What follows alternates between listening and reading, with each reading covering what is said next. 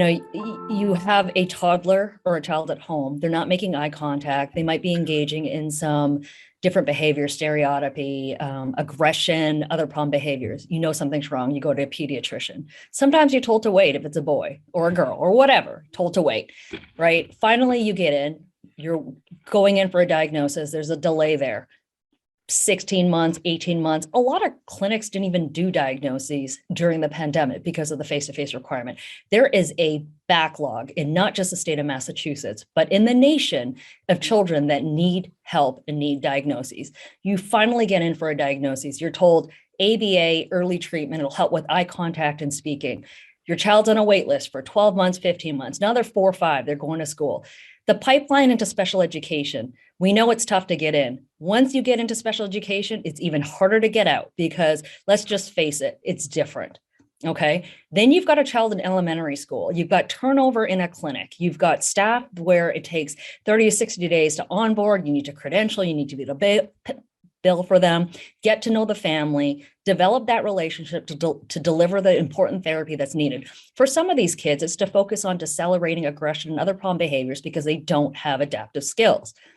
Guess where they're going when there's no provider to provide them treatment? The ER. Guess what parents are doing? They're calling 911. This is costing the state more than what it would cost to increase some of these rates.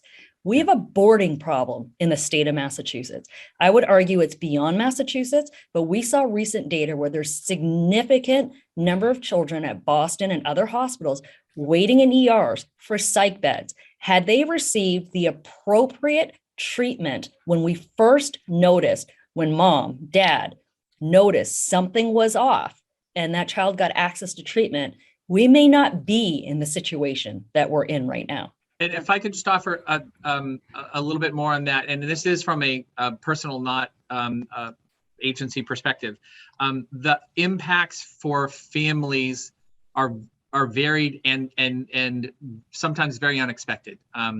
If the services aren't received at whatever age, it can definitely impact the child academically, their ability to function appropriately in an academic environment, which leads to disciplinary issues, stress issues with regards to families. The impact is broad, and it's across an entire family and community space, not just this particular child in a vacuum. So I do think the impact is broad, and it will present itself in society in very unfortunate ways.